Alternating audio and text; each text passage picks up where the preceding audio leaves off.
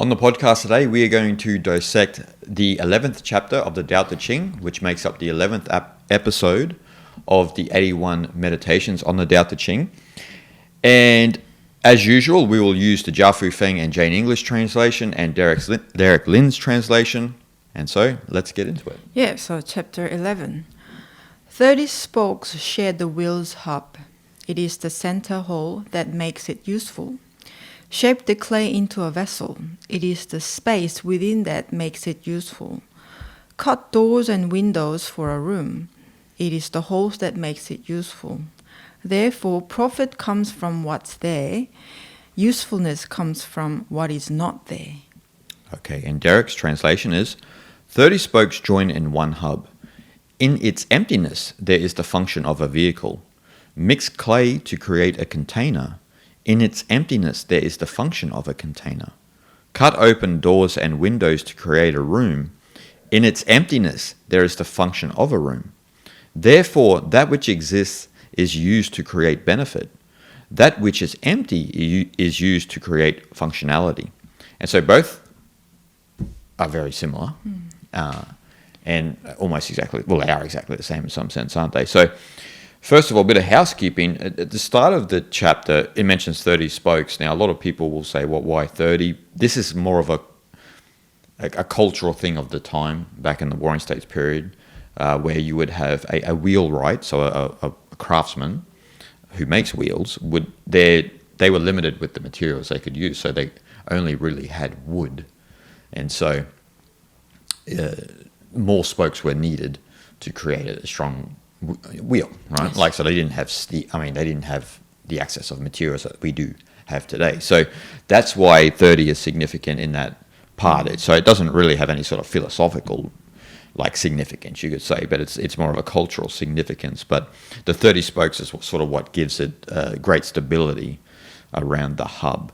So in this chapter, again, we're coming back to the kind of Taoist emphasis on meontology, so meaning nothingness and emptiness, which is what Taoism is kind of based on.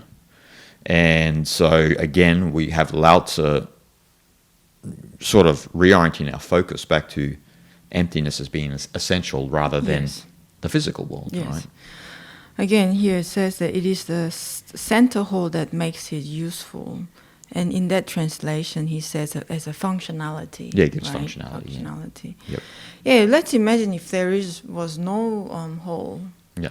Then you can make a wheel, but the wheel ends up... It's going to collapse in on itself. Yeah, collapse, and it won't be stable at all. That's why it'll just collapse in no time, right? So that little small, but that little space is what holds that huge weight, whatever comes on top of the wheel, right? Yep. And that comes from that small hole in the wheel. Yep. So how important it is. Exactly. And it's the hub and the hub and the spokes, or the wheel, is like one of the best analogies that both Lao Tzu and Zhuangzi use, because when we look at the Taoist metaphysics, the origin of the universe is stillness or nothingness, right? Is complete emptiness. And so you have, that's Uchi, which is Tao and stillness.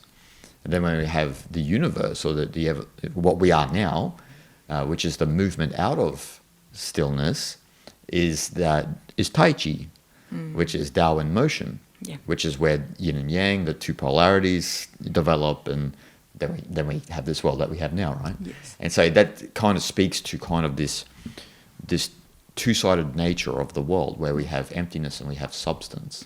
You know, so or physical world and the non-physical world. Yes. You know, so which speaks to the metaphysics, right? And so, and again, this is more so, in some sense, it's about, like what I just said, it's about the sort of the metaphysics of the universe, but it's also about how, on a microcosmic level, as you were saying before, with the strength of the hub, with this emptiness, is that's kind of a metaphor for our mind. You know what I mean? If we're full of a lot of crap, then we're easily emotional, we're easily agitated, where if we're empty, we have the strength of the wheel. Yes. Again, I think the center hole this center meaning is, I think, it takes important part because, like you just mentioned, in ourselves, the center has to have that space, right? Yep. To hold emotion intact and your mind and thought intact, right? So that the center hold is very important. Yet, again, the being and non-being, the discussion of being and non-being, isn't it? That, as you mentioned earlier, that whole empty space, that empty, let's say, empty universe, that it looks like empty. Yeah, it is empty, and it looks like there is nothing. But within that nothingness, there is something. The movement of energy, which is completely invisible, and that from that movement of energy, 10,000 things were born. Right, that's the whole premises of Tao Te Ching, isn't it? That's the Tao. Yeah, that is the Tao. Yes, yes, that's right. Again, like here in Taoism, it's not about to neglect the existential world itself. It's just to acknowledge what's not visible. Yes. Appreciating that non-being world, right? Which is easily being neglected by a lot of people. Yes. Right? People only, let's say, for example, the house. Outside of house, the look of the house, the design and all nice looking and beautiful looking house is important. But what's really valuable and what's really useful is that space within the house, right?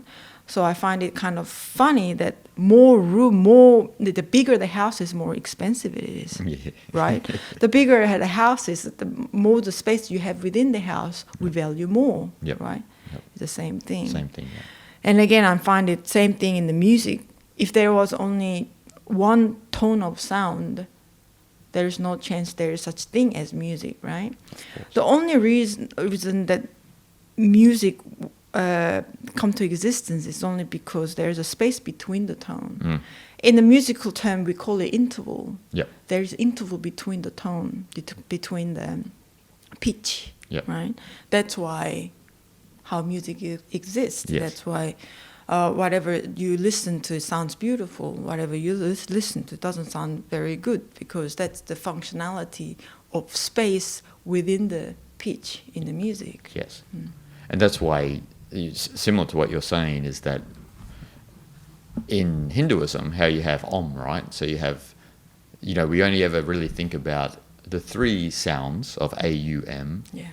But it's the fourth sound or syllable or whatever you want to say that is where the magic happens. It's the silence after the Om before it begins again. And so that's kind of more of the esoteric elements of chanting Om, understanding those four, which represent the four states of consciousness, right? Yes. And so it's the space, the emptiness, the silence that contains the energy, the power. That's where you have, in some sense, great strength comes from. We've mentioned in previous episodes of the Tao Te Ching about the bellows, the valley spirit, the soft, the yin, the humble, and always the low places or the empty is where the power emanates from. But as you said, we live in a world where what you see is what you get. And so we think that, what do you mean the emptiness in a cup has the power? It's the cup. And it's like, but if there's no, you could logically probably, explain it to people, but they probably, Taoism is one of those things that if you don't sort of have an aptitude to understand the deeper essence of it, I think that it's kind of lost on a lot of people, because Lao Tzu and Zhuangzi are trying to point out, as you were saying, that it's not what you see is what you get.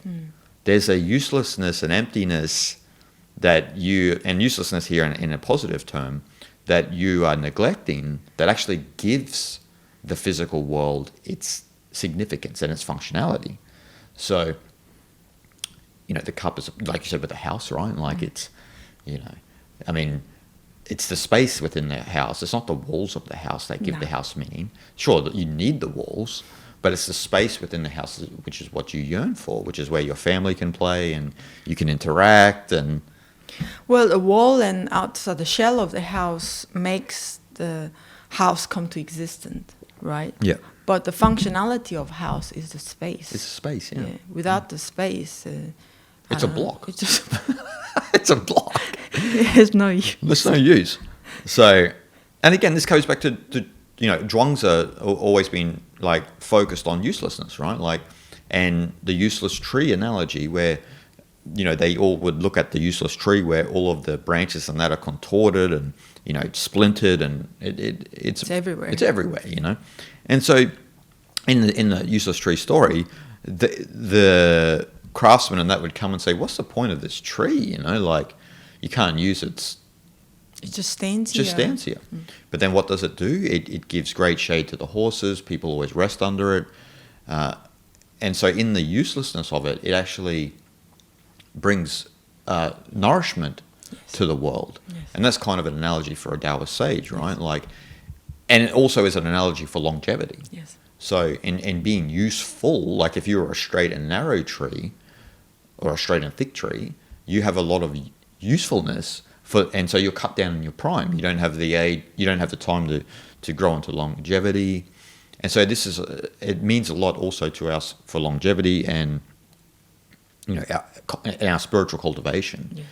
On our way to becoming a sage, so to speak. So again, in the useless tree story, that tree was standing in the spot where it was growing, where it was planted, and it just grew itself in its own nature, and didn't get altered by in whichever way. It just became the seed, the genetic makeup, basically. Right. It just became what it was, and it grew as what it was. Yes. And from being its own nature, being itself, didn't get cut down or anything like that. But because of its curviness and it has interesting shape that you can't cut and use it for any craftsmanship and things like that.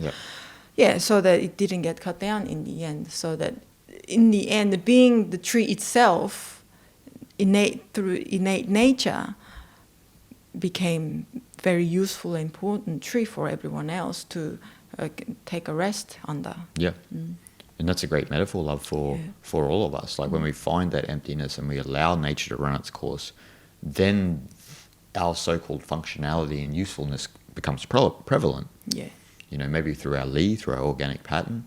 But that's the nature of what Taoism is saying. Instead of like trying to be useful, revert back to the hub of the wheel. Yes.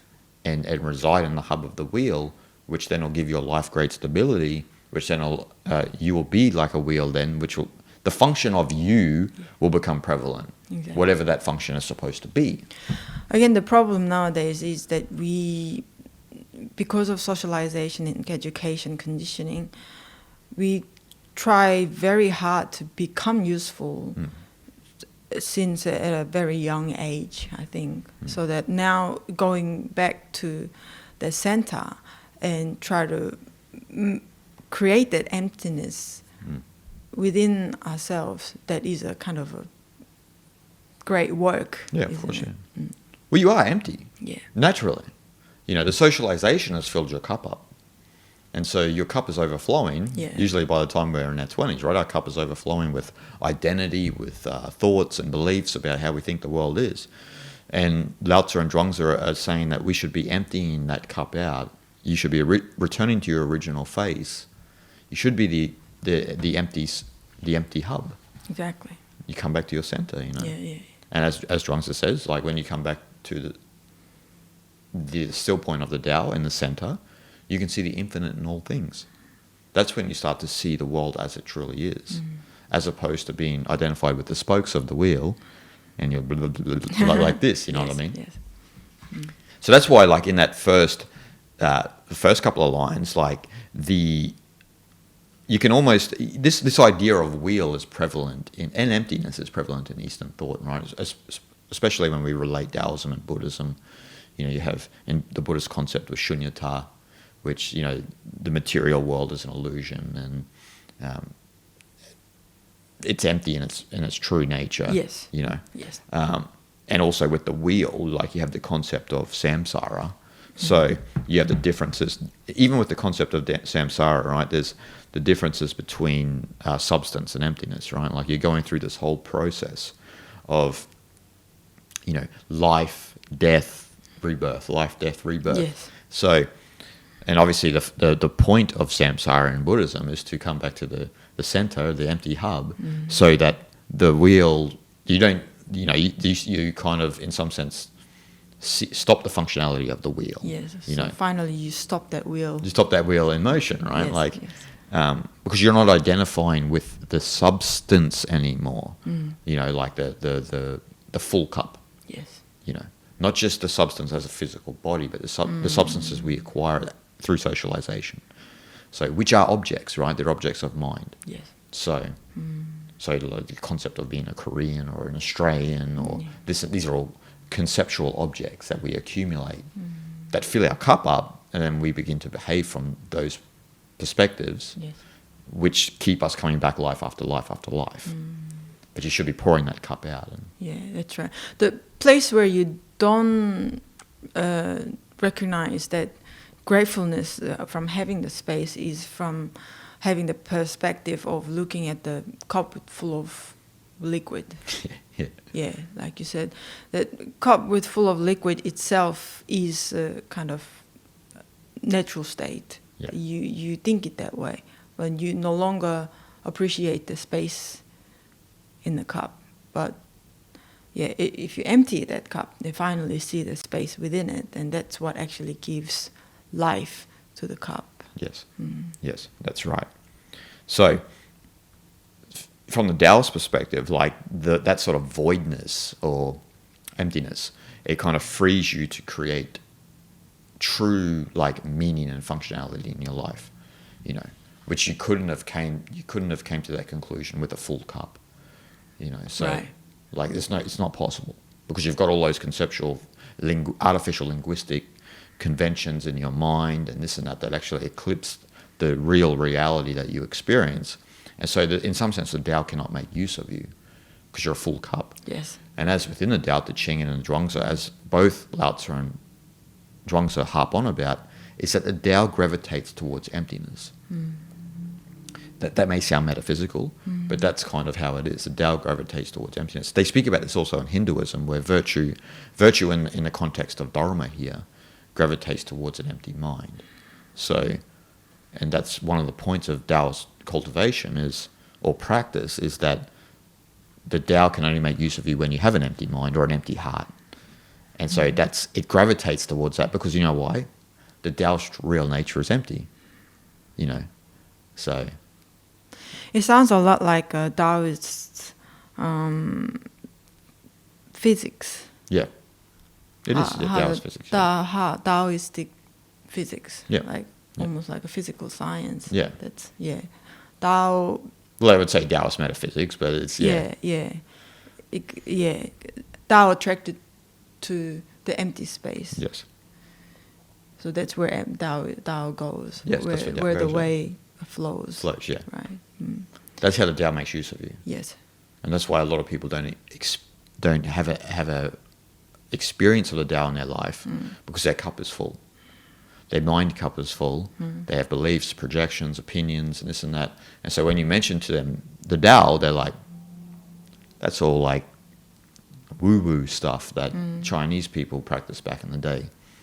It's like, is it? Is it? But only that way that whatever the object cup can function as a cup, for example. But then as an individual, when we empty out our heart and mind and thoughts, Tao can make use of you. Yep. The only that way your innate nature can come true finally. Yes. In reality. Yeah. And as you mentioned earlier, only that way you can see the reality truly as it is as well. Exactly. Well, that's a very important point. Yeah. That's the crux of Taoist meditation and practice and everything. Yes.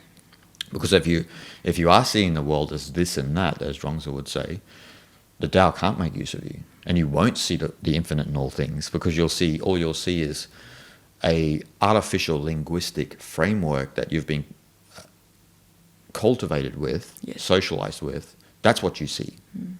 That's, oh, I know that's like that, that's like this, and it's like, but that's not actually the Tao. You can't see the reality then in its actual whole nature. Yes. And it is one, you know. But the fact of the matter is, as we always mention, the prism, the Pink Floyd, you know, cover is where we're identifying with the seven colors, Yes. as opposed to seeing the world in its just its purity. So, you know, the whole idea, you know, not just in Taoism and Buddhism and Hinduism as well, simplistically to say, is we have to kind of down-regulate that way of seeing the world and its dualistic framework that has been actually inculcated within us. It's not natural to us. Yes, we haven't been exposed to the knowledge of Taoism, for example, or Eastern traditional knowledge itself in general. Yeah. And again, because of our environment, immediate environment, and society, and the conventional education, we unconsciously internalize all these social values and morals and things like that, right? So almost now, when we understand and when we get to a certain age to see the nature of reality, someone, hold up, like there's something wrong here, like this sort of, you detect these things, then it's time to kind of almost, you need to re-educate yourself from very beginning, isn't it? Yeah. You need to undo everything. Exactly. It's a great undoing. It's a great undoing. It's like one of the ideas of the Cook Ding story, right? With when Cook Ding is effortlessly cutting up the ox, one of the esoteric understandings of that is that Cook Ding unlocks the ox's nature, undoes the ox's nature, and then the ox then can provide nourishment to the world. You see, this is one of the esoteric elements of that. And so I like what you said, because what we are doing essentially is we're going through our own personal great undoing. We are like the ox. Yes. We're undoing ourselves, unlocking our inner potential through undoing ourselves. But that work is very difficult, because that implies that we have to get rid of these artificial associations that we have. Religion, race, gender, nationalistic. They become subtle, they're gross, but these are all superficial associations and superficial beliefs and conditioning that you've been taught to identify with, which actually holds you back on the path, because you're none of that. Reality, remember, is whole. Reality, remember, is one. You only don't think that it's whole or one because you're still operating through the dualistic mind, which has been inculcated within you. When you were a kid, you didn't have that. You're out rubbing mud on your face and, you know, rolling around in the grass with your friends and just having a great time. You were just like a completely dry sponge, right? Yeah. So, and you have no pre-knowledge on things, so that you just absorb anything is there, whether that's clean water or not clean water. Exactly. You just absorb everything, right? Yeah. And we act accordingly of what we learned, when we were young age. So, yeah, again, like it's almost like we gotta start questioning everything. Yeah. Like, why do I react a certain way? Why am I emotional in certain situation? Yeah. Why am I happy? Why am I unhappy? You need to kind of undo everything, peel everything, all the layers that you have. Yeah. Because if you really want to see the world as it truly is, you can't see it through the layers of identity you have. It can't happen. And this is why Eastern spirituality is obviously not for everyone, because a lot of people are holding on to their ego and they don't want to admit it. You know, they'll make up all sorts of excuses not to follow Eastern spirituality because it frightens them, you know, not to associate or identify with certain gross associations. They don't want to do that. It's frightening. But the only way that you can do it is by peeling those layers back, by seeing the world as it truly is. And that means you've got to go through a very intense internal process. And you've got to stop identifying with this and that within your mind. You've got to empty that mind cup. And only then you can see what Zhuangzi saw. Yeah, a lot of people experience at the beginning this extreme uncomfortability, isn't it? Like when they come to a place or somewhere to start practicing on themselves, right? Because we all are kind of very set in our own way, right, for a very long time. So we always have been thinking a certain way and doing things a certain way, but now it's almost like undoing everything and stripping everything off, basically. So we trying to start everything all over again, basically. And I think that's why it is there for everyone, but it is not for everyone. 100%, yeah. 100%. Yeah. Yeah, it's true. And you don't know why that is, you know what I mean? Like, because I think that there is obviously an aptitude for Eastern spirituality specifically, you know, like, and Taoism as well. Like a lot of people take very superficial interpretations of Taoism out of the Tao Te Ching, you know, where they don't really take everything on board what Lao Tzu is suggesting, right? Like, because in the end, Taoism is a technology to dissolve the identity, is what it is. It's that type of technology. And in dissolving the identity, that grants you then how to live. That's where the art of living comes from. Yeah. Because you're not then operating from an identity that believes in this and that. You are gracefully moving through life, and you've mastered the skill of living. You know, so all of our identifications handicap us from the skill of living. You know. So then we get into arguments about frivolous things. We begin to project certain ideas we have onto the world or how we think it is. We play the victim. We do all of these things, right?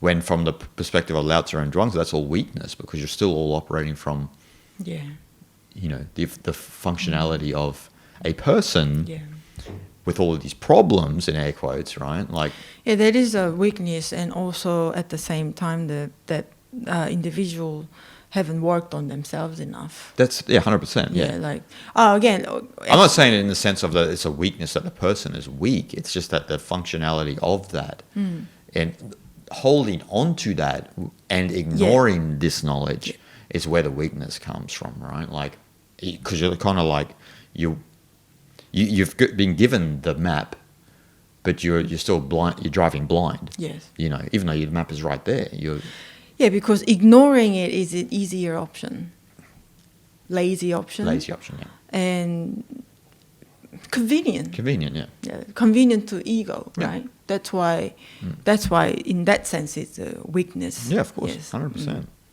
And we see a lot of that in this day and age, right? A lot of people want to get things for free because of certain situations. They feel like they deserve it, you know, and that's, I mean, you wouldn't want to say that to Lao Tzu or Zhuangzi, because they'd just be scolding you, because nothing's for free in this life. And we're all being dealt different cards in this life. We all have different upbringings and this and that. But what's true for all of us is that we're all part of the same reality. Yes. And we all have the opportunity to understand this knowledge and to free ourselves from the hypnosis of being an identity. We all have that opportunity. But like you said, some of us willfully ignore it and avoid that kind of spiritual work and spiritual journey. Yes. Because it's uncomfortable. What will my parents say? What will, you know, my husband or wife say, you know? And it's like, don't worry about what they say. If they don't accept you as you are at all times, then that's their problem, not your problem. So, yeah, again, the journey on finding our true self, there is a great beauty in it as well. I think that again, once we can empty out whatever is filled with inside, then there's a great space that we can all feel, and finally we can live our life fully, right? Yeah. Only in that sense. Yeah. And in that way, I think there is that just beauty about it. Again, that is the beauty of nature that we appreciate unknowingly too, isn't it? Yeah, Like a space in the sky. If sky is full of cloud, it's not as beautiful as blue sky, right?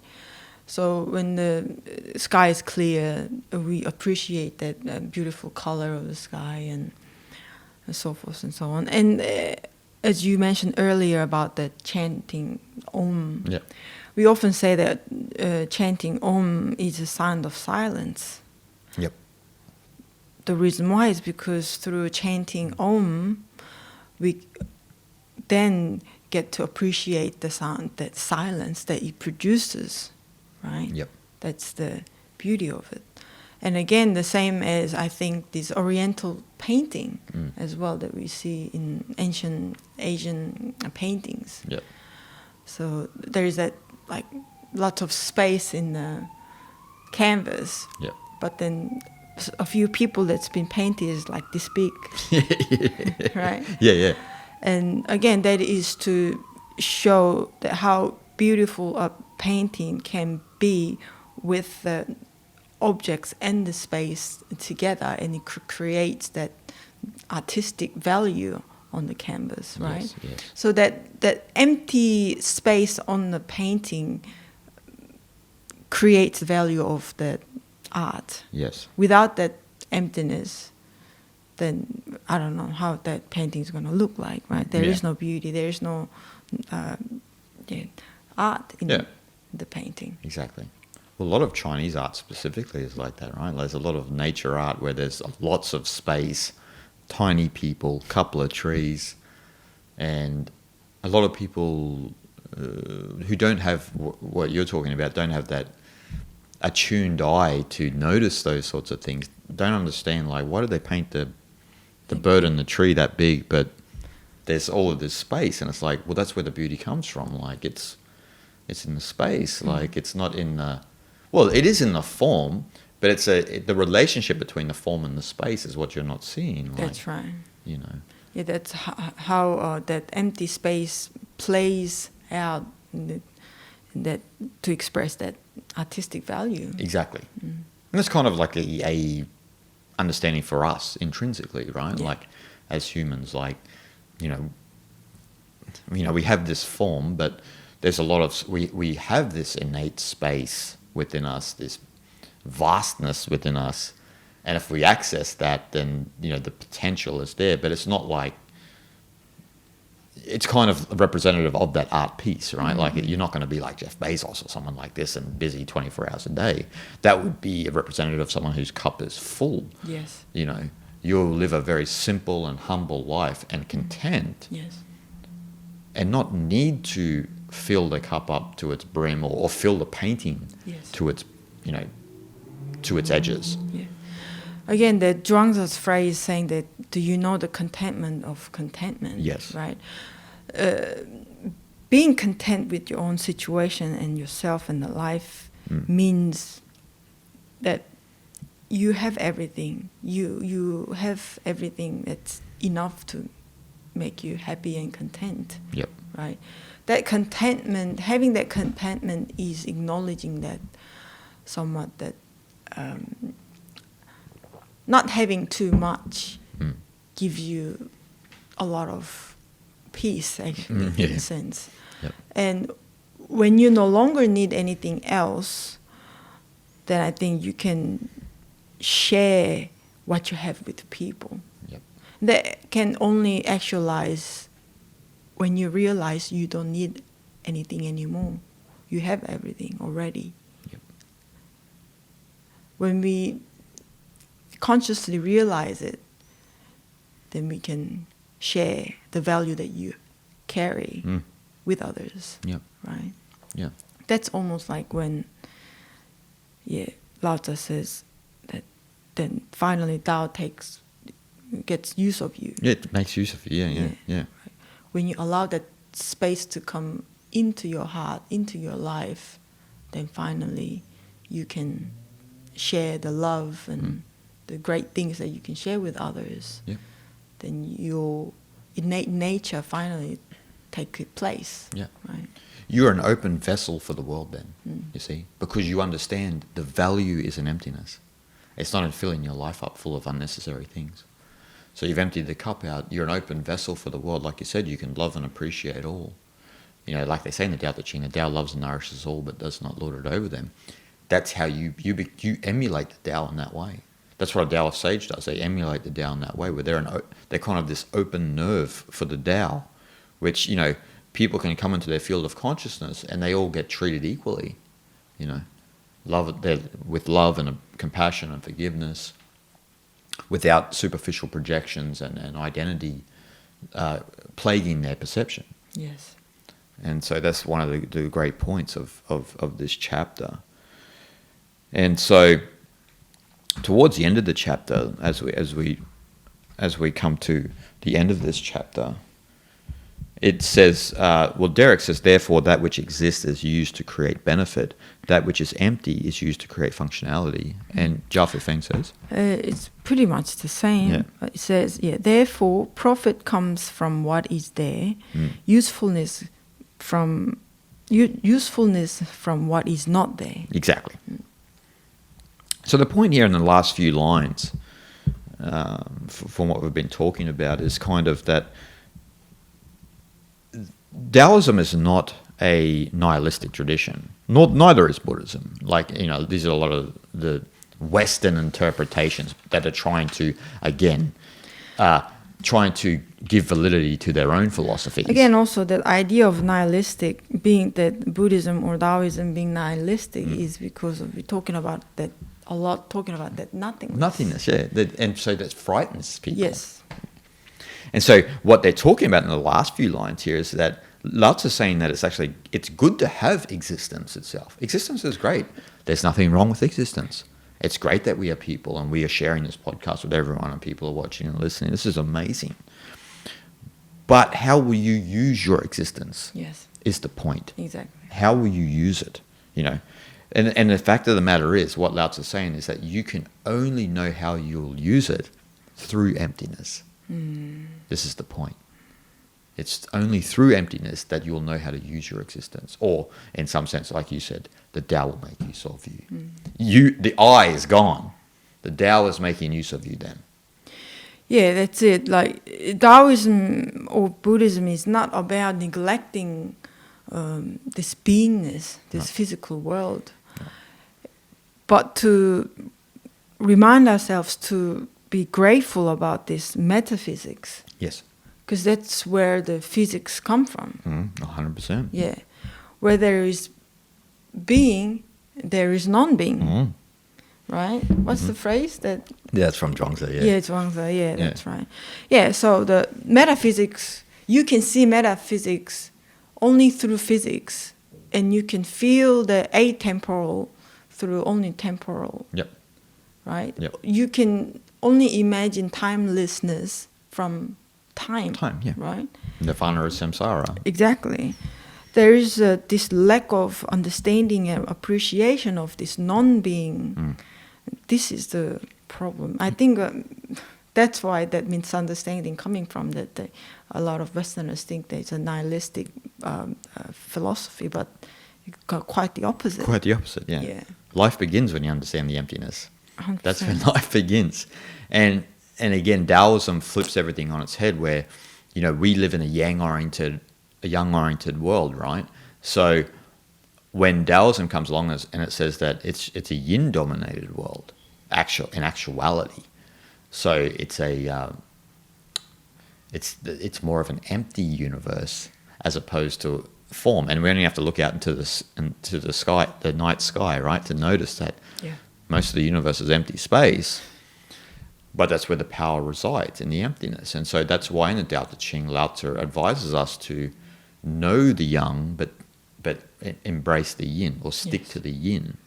And that's what this whole chapter is about. It's about understanding that it's through emptiness where great power is derived from, and great understanding of the universe is derived from. But we still are a form and we have substance. But you employ that conservatively. You don't become Jeff Bezos.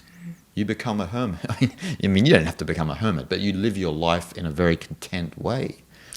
I think we need to remind ourselves as often as possible to keep your cup empty. I think 100%. there is cup there, but make sure you leave it empty. So you always have space to pour with something. Once you pour, you empty it out again. Yep. Keep it empty. Keep right? it empty, always. Yeah. Empty, empty, empty. And again, that's a part of most of the traditions, right? If we look at Buddhism, Taoism, Advaita Vedanta specifically, teachers are constantly saying empty out, empty, empty, empty, empty, empty. And that makes a lot of people nervous because they think, what happens when there's nothing left? That's when you'll know who you truly are, or what you truly are, more specifically. Yeah, from that place is that great insight will arise. Ananda, joy, bliss. The self-wisdom will arise only from that place. Yes. Then, again, like you said, Ananda, the complete joy, the ultimate joyfulness will arise, and it'll stay with you as long as you keep your cup empty. Yes. Suffering comes from you're full. Your cup is full. Suffering comes from identification, from identity. Yeah. Joy comes from emptiness. It's that intrinsic power within the nature of the universe. And as I mentioned at the beginning, the nature of the universe in its original form is Uchi, is Tao and stillness. But it doesn't mean that Tai Chi doesn't exist, Tao and motion. It does exist.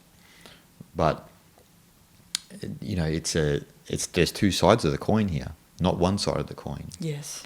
So, and the other side of the coin is where we need to reside, and then we know how to live our life, as we've been talking about.